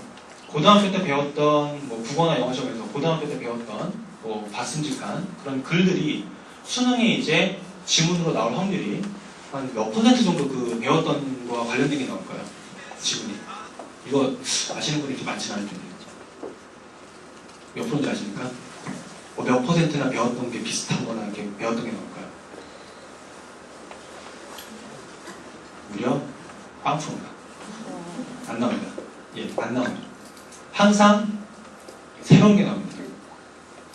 비슷하게 나올 수 있는 주제가 커다란 건 있겠죠. 근데 지문 자체는 애들이 보지 못하는 겁니다. 다. 왜냐? 요새 물어보는 게 이해력과 응용력이잖아요. 즉 새로운 글을 봐도 네가 그 글을 읽고 그 글을 독해할 수 있고 그 글을 통해서 추론할 수 있고 그걸 통해서 네 생각을 논증할 수 있는 이런 능력을 봅니다. 이 능력이 역량이에요. 그래서 배경지식이 필요하다고 얘기하는데 배경지식 물론 필요하겠죠. 하지만 글을 읽고서 뭔가를 보고서 저렇게 독해하고 추론하는 게 굉장히 중요한 게 지금 시대입니다. 암기만 한다고. 그러면 보세요. 독해와 추론을 하려면 시험 때 교과서 하나만 파는 게 나을까요? 아니면 폭넓게 공부하는 게 나을까요? 폭넓게 공부하는 게 맞습니다. 그렇죠? 응용하는 게 맞습니다. 그러니까 지금 공부를 성적이 조금 낮아도 나중에 득이 되고 대학 가는 데 도움이 되려면 응용할 수 있는 공부를 시키고 폭을 넓혀주시는 게 중요하다는 얘기예요. 자, 그 다음 그 다음 키워드가 뭐냐? 요새 필요한 거 인성을 갖춘 재능을 보죠. 자, 인성하면 뭐 떠오르세요? 착한 거? 착한 거 맞죠? 하지만 착한 걸 어떻게 체크할까요? 무슨 기계가 있어서 딱 하면 착한 게 몇 퍼센트인지 딱 뜨면 좋을 텐데 이런 기계는 없고. 첫 번째, 인성 중에서 지금 사회가 제일 많이 요구하는 게 뭔지 아십니까? 협동 능력입니다. 자, 근데 웃긴 건 뭐냐면 우리나라 협동 능력이 절대 길러질 수가 없습니다. 모르겠어요. 얘네는 모르겠어요. 왜냐? 기존 아이들은 상대평가예요. 자, 보세요. 생각해보세요. 옆에 친구가 모르는 게 있다고 했을 때 우리 아이들이 알고 있다면 어머니는 그 아이에게 옆에 친구에게 친절하게 가르쳐주라고 얘기하실 때요, 가르쳐주지 말라고 얘기하실 때요. 네? 그 애가 심지어 애하고 이제 경쟁하는 사이야. 그러면 가르쳐주려고 하실 겁니까? 가르쳐주지 말라고 하실 겁니까? 그렇죠? 뭐 부모는 가르쳐주라고 얘기하실 거고 학부모는 가르쳐주지 말라고 얘기하실 거죠. 솔직히 그렇습니다. 그러니까 이제 상대평가예요. 자, 근데 생각해보세요. 이렇게 경쟁이 중요한 거라면 여러분이 계시는 사회 속에서 뭐 회사 같은 곳에서 사장님이 그렇게 하십니까? 경쟁이 그렇게 중요하다면 애들도 그렇게 경쟁에서 등수 나오는데 경쟁이 좀 사장이 직원들한테 자, 여러분 옆에 동료가 힘들어해도 밟아버리고 당신만 올라서세요. 당신이 잘한 능력을 보여주세요. 그래야 회사가 삽니다. 이렇게 얘기하는 사장이 있습니까? 없습니다. 같이 협력해서 얘기하고 소통해서 하라고 하죠. 경쟁을 하긴 합니다. 어떻게? 외부 조직과 경쟁하지 조직 내부에서는 협동합니다. 근데 우리는 같은 반에 있는 구성원들끼리도 등수를 경쟁하느라 이게 협동이 안 됩니다. 근데 이걸 잘하는 국가가 있어요. 그 국제 학력능력검사 테스트 했을 때 1등으로 항상 나오는 그 국가 핀란드. 핀란드는 성적 자체가 절대평가예요. 아주 솔직히 말해서 일본을 제외하고 선진국 중에서 등수 나오는 국가가 없습니다. 우리나라 일본 빼고 다 그냥 절대평가예요. ABC. 근데 그들은 그러다 보니까 어차피 옆 사람과 경쟁하지 않기 때문에 모르는 게 있으면 서로 물어보고 대답하는 게 초등학교 때부터 이루어집니다. 그러다 보니까 이 아이들은 고등학교가 됐을 때 협동하고 조직을 이끌고 의사소통을 하는 데는 달인의 경지입니다. 그러다 보니까 자연스럽게 국가 경쟁력, 국가 교육 경쟁력이 자연스럽게 1등입니다. 안타까운 거는 우리나라가 핀란드 바로 뒤를 따라서 혹은 어떤 것들은 핀란드를 앞서기도 합니다. 근데 공부 시간이 우리나라가 핀란드의 2배예요. 근데 교육 흥미도를 조사했더니 36개 국가 중에 우리나라 교육 흥미도가 35번째입니다. 우리나라는 애들이 제일 재미없는 공부를 전 세계에서 가장 오래 하고 있습니다. 이게 문제죠. 자, 근데 이걸 입시에서 이런 인성을 어떻게 체크할까요? 예전에 작년에 자기소개서는 인성을 쓰라는 항목이 있었습니다. 그때 어떻게 했냐면 이런 걸 쓰라고 했어요. 배려심, 타인 존중, 협동심, 책임감, 준법성, 헌신 이런 것 중에 네가 내세울 만한 하나 써라고 그랬는데 인성이 이것만 있지 않습니다. 뭘 보느냐? 아이들의 생기부를 다 뒤져가지고 이걸 확인합니다. 인성이요? 이게 인성입니다. 그냥 착한 거, 착한 게 인성이 아니고요. 입시나 어디 선발 집단에서 인성을 볼 때는 이런 것들을 본다는 겁니다. 지금 보시면요. 커다랗게 봤을 때 자기만의 게 있는지에 대한 부분이죠. 옆 사람과 의사소통이 가능한지. 그 다음 창의적 사고력, 비판력 이런 것들은 능력입니다. 문제 해결력, 진로. 즉 이것들을 보고서 이게 있으면 인성이 갖춰졌다라고 얘기를 하는 겁니다.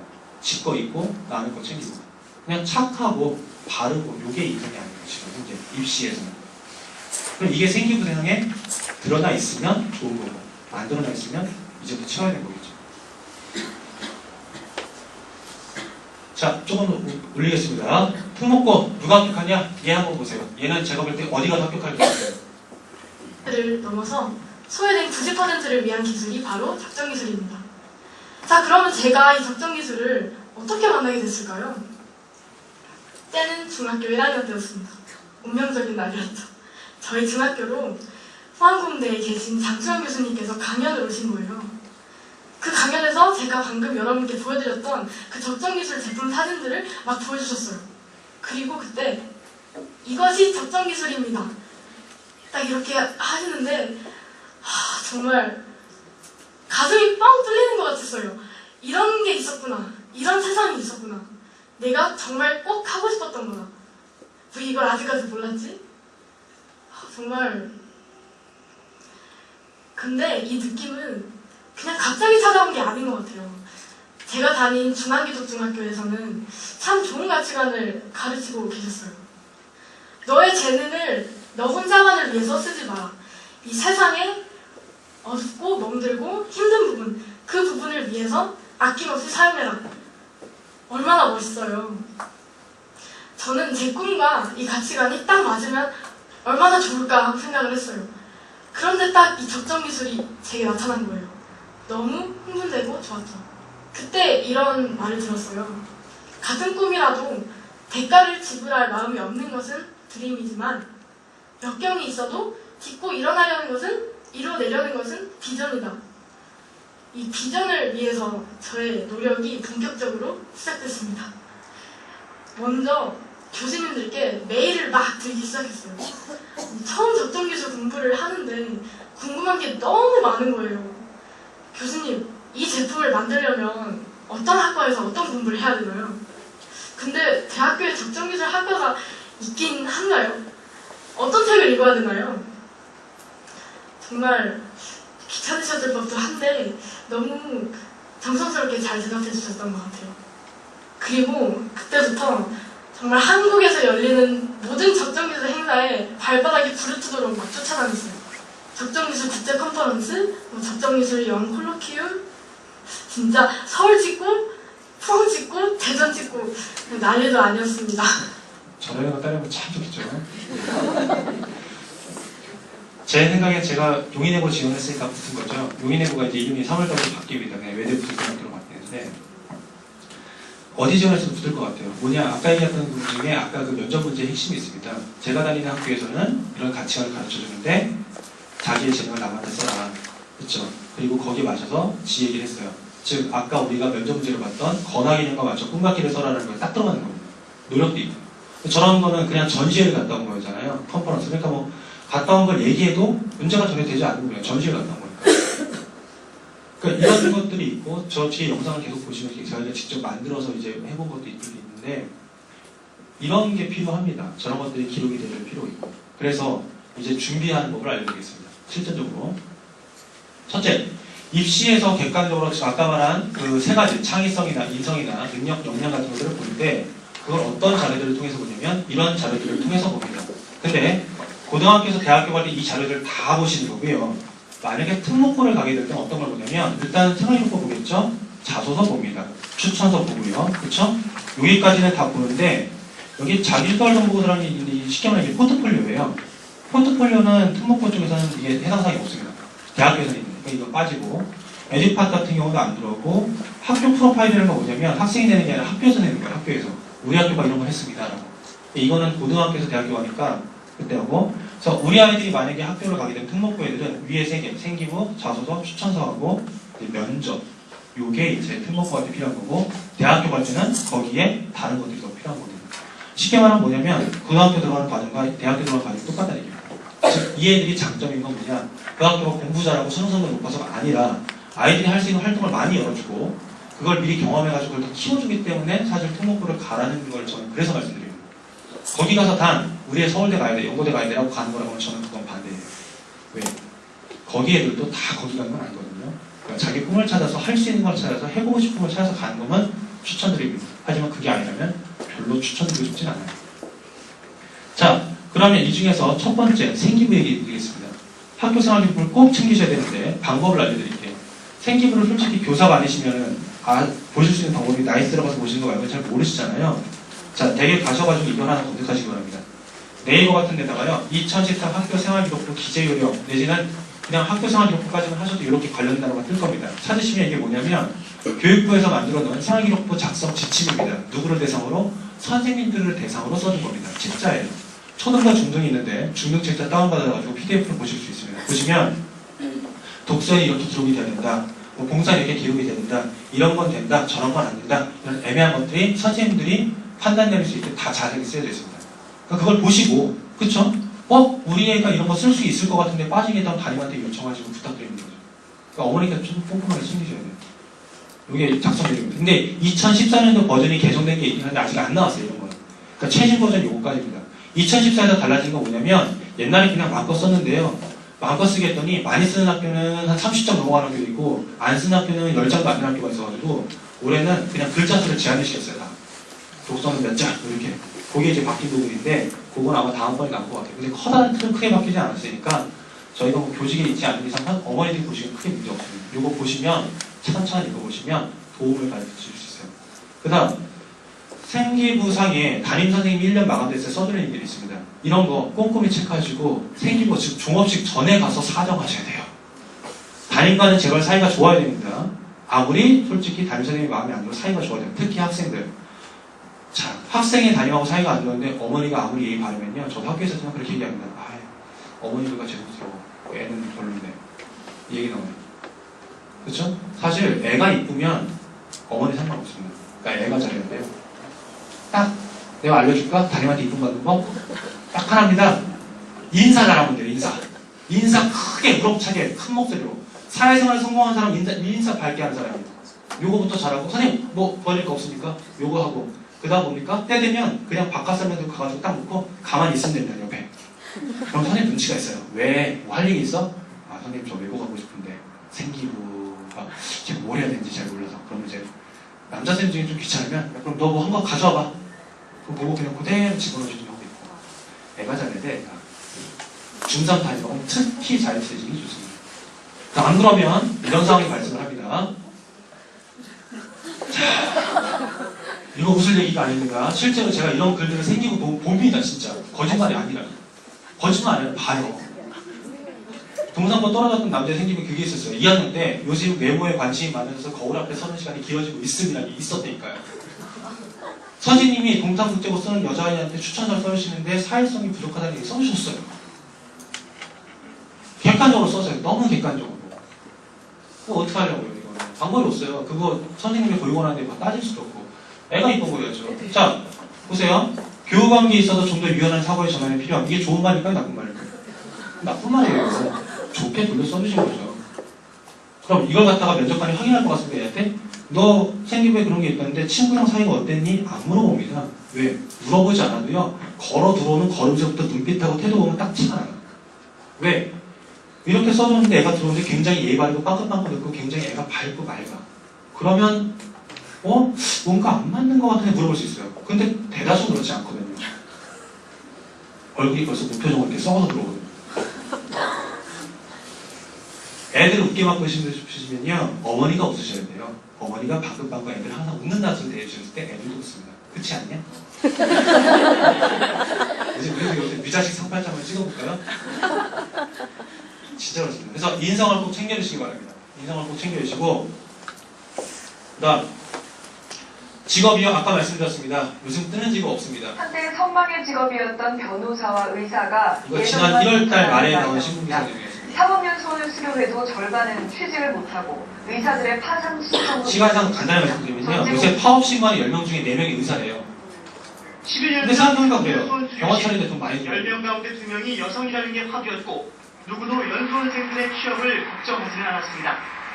그러나 올해 사법연수원 수료식은 연수생 가운데 절반은 취업을 못한다는 현실적 문제가 격세지감을 느끼게 했습니다. 600여 명의 수료자 가운데 46%는 변호사 자격증만 받았지 직장을 찾지 못했기 때문입니다.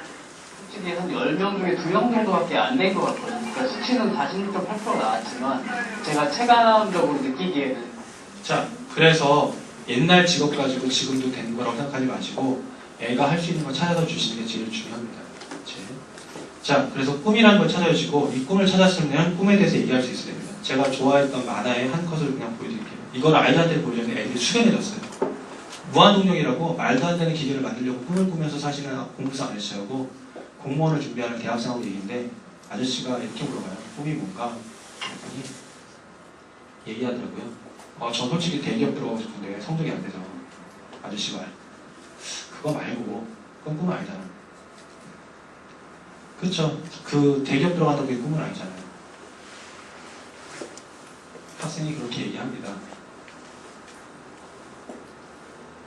다른 꿈이 또 생기겠지요? 해놓고 얘기하면서 이렇게 합니다. 꿈이 밥 먹여주진 않잖아요.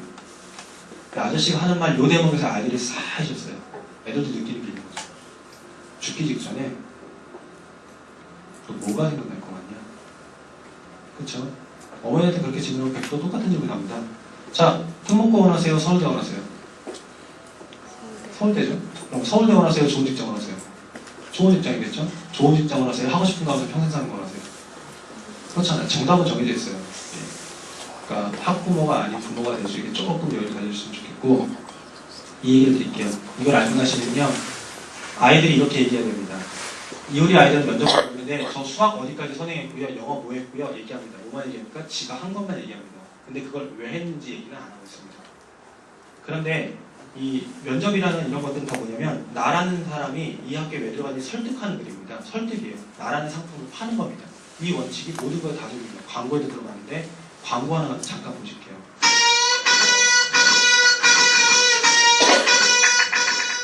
핸드폰 광고 두 편을 비교했습니다. 우리나라 핸드폰 광고인데요. 이 제품이 기능을 얘기하는지 왜 좋아하는 것 같은데 정리가 안 되는 그녀에게 S 펜으로 사진, 글, 동영상까지 한 번에 스크랩. 자기네 기능이 뭐다라고 얘기를 하죠. 근데 똑같은 광고인데요. 친절한 노트3 뒤에 거 하나 더 보시고 어떤 광고가 더 마음 오래 남을지 한번 해보세요.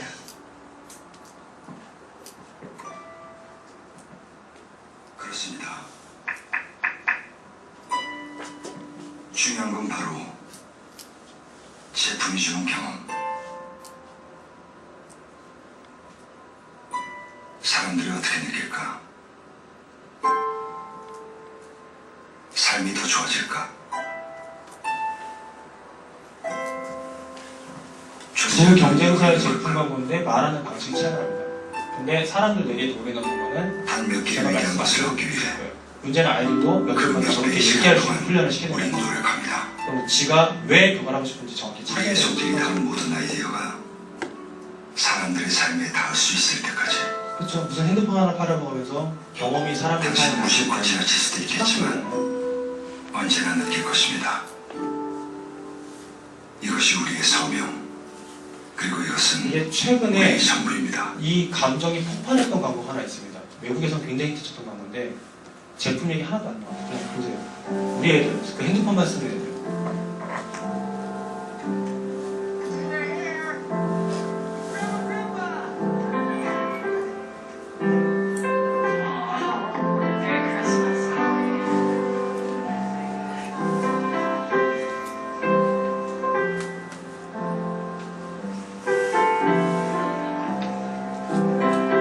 계속 핸드폰만 하죠.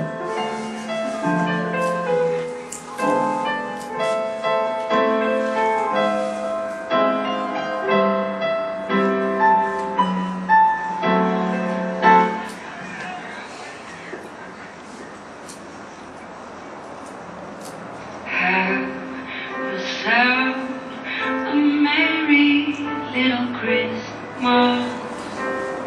Let your heart be light. From now on, our troubles will be out of sight.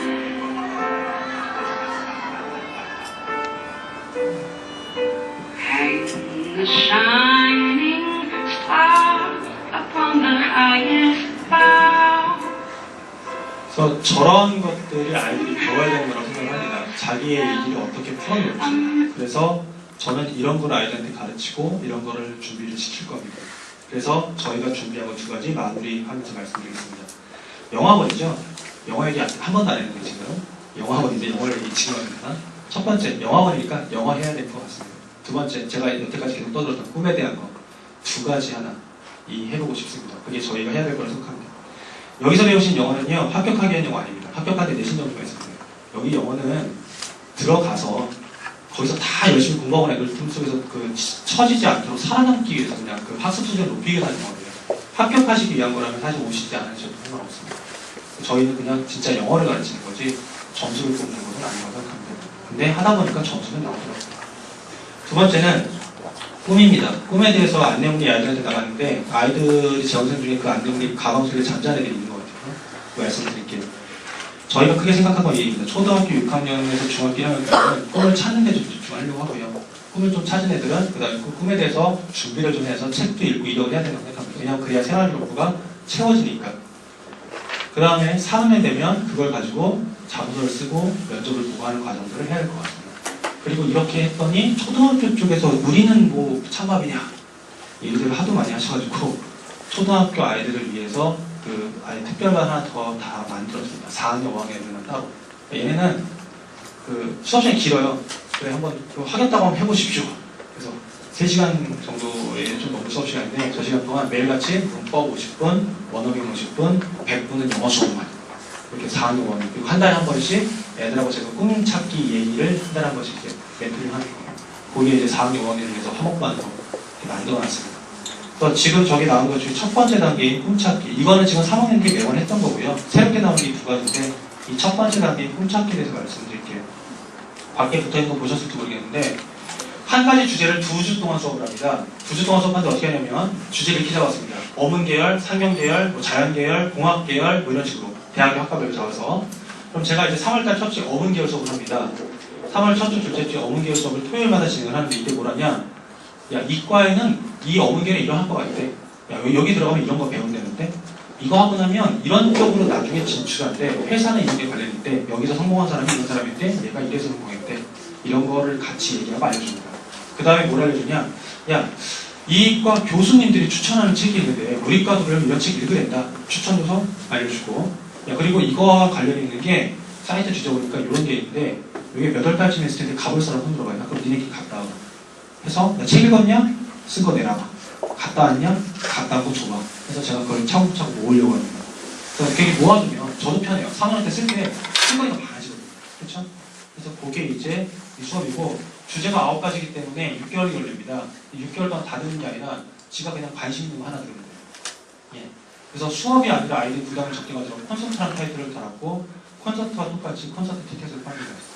이 2주 동안 수업하는 4시간 수업 분량 동안 이거 듣는 게 이제 그냥 4만 원입니다. 그래서 요거는 이제 많이 얘기할 수는 없고 여기서 제가 20명 대입을 해야 되기 때문에 20명씩 할 겁니다. 6개월마다 한 사이클이 돌아가니까 이번에 못 보내서 다음 사이클 때 보면 되는 거고요. 주제가 9개 주제가 있어요. 그 9개 주제 중에 자기가 관심 있는 것만 들으면 됩니다. 그렇게 잡았고 3학년 애들은 이렇게 갈 겁니다. 지금 아이들이 상담을 하고 있습니다. 밖에 보시면 그 컨설팅 샘플이라는 게 있을 겁니다. 지금 제가 똑같은 건데 이름만 바꿨어요. 김탄이라고 이름만 바꿨는데 보시면 이 아이 생활기록부를 분석한 자료하고 추천도서, 그다음 학교, 그다음 이 아이가 따라갈 수 있을 만한 그 대학교 선배의 롤모델 이야기까지 해가지고 이 아이만을 위한 그 컨설팅북입니다. 이게 지금 중3, 예비 중3 아이들이 다 이루어지고 있습니다. 시작을 해서 지금 계속 되고 있는 중이거든요. 4학년 되면 이렇게 관리가 들어가요. 그거는 샘플 보시면서 확인하실 수 있을 것 같습니다. 그래서 그게 끝나면 이 아이들 데리고 특목고 이슈를 합니다. 뭐냐? 외고와 국제고와 자사고가 뭐가 다른지 몰라요. 경기예고와 안양예고가 뭐가 다른지 몰라요. 그걸 알려주고 커트라인 알려주고 대학교 진학 실적 알려주고 다 알려주고 알려줘야 선택을 올바르게 할 수 있다고 생각합니다. 그걸 할 거고 중간고사 끝나면 원서 어떻게 쓰는지 중간고사 끝나고 방학 때 원서 실제로 써보고 2학기 중간고사 끝나면 이제 면접 준비해서 시험 보는 걸로 합니다. 그리고 그 중간중간 정보들을 정리해서 지금처럼 설명해 진행합니다. 지금 하는 게 이거겠죠? 여기는 왜 이때쯤 하냐면 5월달, 6월달 근처를 해서 특목고들에서 첫 번째 학교 설명을 이루어집니다. 그럼 저는 다 가요. 가서 거기서 정보들을 수합해서 정리해서 다시 드립니다. 그 다음 그때 나온 게 가안입니다. 가안. 확정안이 언제 나오느냐? 교육부 인가 확정안이 7월 방학할 때쯤 나옵니다. 그럼 그때 또 설명을 해요. 그때 가서 또 정리합니다. 그리고 난 다음에 저 뒤에 있는 건 뭐냐면 올해 이렇게 했더니 이렇게 됐습니다라고 결과 보고하는 설명회를 진행합니다. 그리고 지원하시는 분들은 지원하시는 상황들만 보시고 우리 아이들 이렇게 했고 이렇게 갈 겁니다. 학교 가서 추천서 받기 위해서 좀 노력을 해주실 줄을 간담회를 별도로 실시를 합니다. 이것들이 있습니다. 제가 또 미친 짓이었어요, 이게.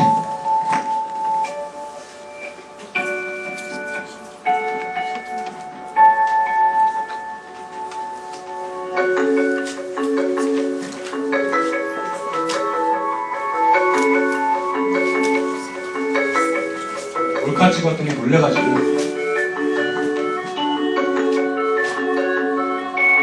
크리스마스 이브에 여기서 레크레이션 수업 있습니다.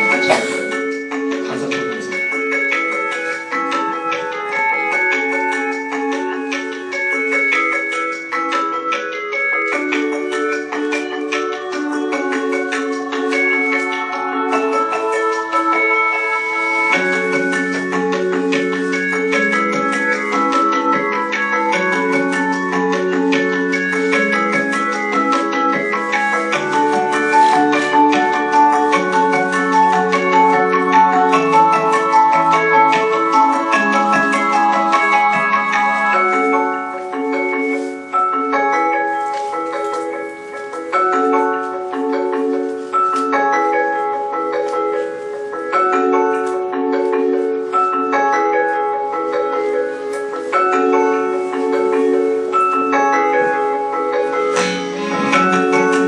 저희는 이거를 기대하고 고민을 하겠습니다. 아이들한테 저희가 말한 두 가지를 들려오도록 할 거고요.